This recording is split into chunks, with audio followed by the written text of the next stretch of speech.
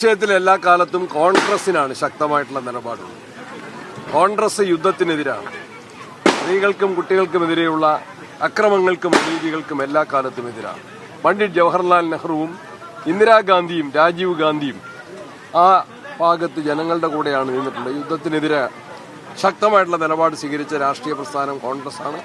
പിണറായി സർക്കാരിന്റെ ജനവിരുദ്ധ നയങ്ങൾക്കെതിരെയുള്ള ജനങ്ങളുടെ കോടതിയുടെ വിധിയെഴുത്തായിരിക്കും നിലമ്പൂർ തെരഞ്ഞെടുപ്പിന്റെ ഫലമെന്ന കാര്യത്തിൽ സംശയമില്ല. വിലക്കയറ്റം, വന്യമൃഗശല്യം, കാർഷിക മേഖലയുടെ തകർച്ച, ക്രമസമാധാന രംഗത്തെ പ്രയാസങ്ങൾ, സ്ത്രീകൾക്കും കുട്ടികൾക്കും എതിരെ നടക്കുന്ന പീഡനങ്ങൾ, ലഹരി വ്യാപനം, ഇതെല്ലാം തന്നെ നിലമ്പൂർ ചർച്ച ചെയ്യും. മുഖ്യമന്ത്രിയുടെയും കുടുംബത്തിന്റെയും അഴിമതി, ഇതെല്ലാം ജനങ്ങൾക്കറിയാം. ആശാ വർക്കർമാരുടെ സമരത്തെ സർക്കാർ പുച്ഛിച്ചു തള്ളുമ്പോൾ PSC മെമ്പർമാരുടെയും ചെയർമാന്റെയും ശമ്പളം 4 ലക്ഷത്തിലേറെ വർദ്ധിപ്പിക്കുന്നു. ഇന്നലെ മുഖ്യമന്ത്രിയുടെ PR ഏജൻസി അവർക്കും ശമ്പള വർധനവ് നൽകിയിരിക്കുന്നു.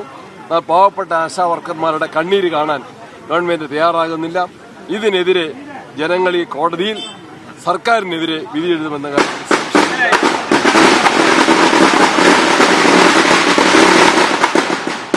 മറ്റൊന്നും പറയാനില്ലാത്തതുകൊണ്ടാണ് ഇസ്രായേൽ വിഷയം മുഖ്യമന്ത്രി പ്രസംഗിക്കുന്നതെന്നാണ്. അങ്ങനെ തന്നെയാണോ കോൺഗ്രസിന്റെ നിലപാട്?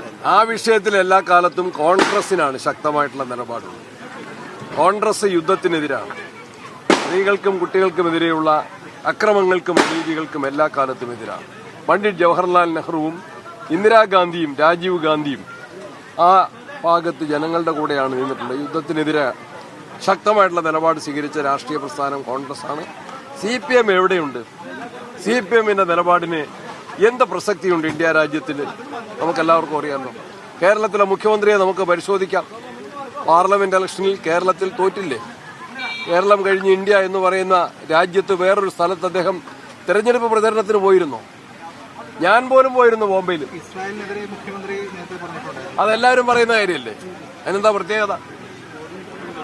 അതെ, അദ്ദേഹം പറഞ്ഞ നെഹ്റു ഓൺ വേഴ്സ് അതിന് മുൻപും യുദ്ധങ്ങൾക്കെതിരാണ്. ശരി, താങ്ക് യു. അല്ല, അതിപ്പോ പറയുന്നത് ഭരണപരാജയം മറച്ചുവെക്കാനാണെന്ന് തന്നെയാണോ അങ്ങ് കരുതുന്നത്? തെരഞ്ഞെടുപ്പിലെ വിഷയങ്ങൾ ജനങ്ങള് മുഖ്യമന്ത്രി എന്ത് വിചാരിച്ചാലും ആ വിഷയങ്ങൾ ജനങ്ങളുടെ മനസ്സിൽ പതിഞ്ഞ വിഷയങ്ങളാണ്. ഈ കേരള സർക്കാരിന്റെ ദുഷ്ചെയ്തികൾക്കെതിരെ ശക്തമായിട്ടുള്ള വിധി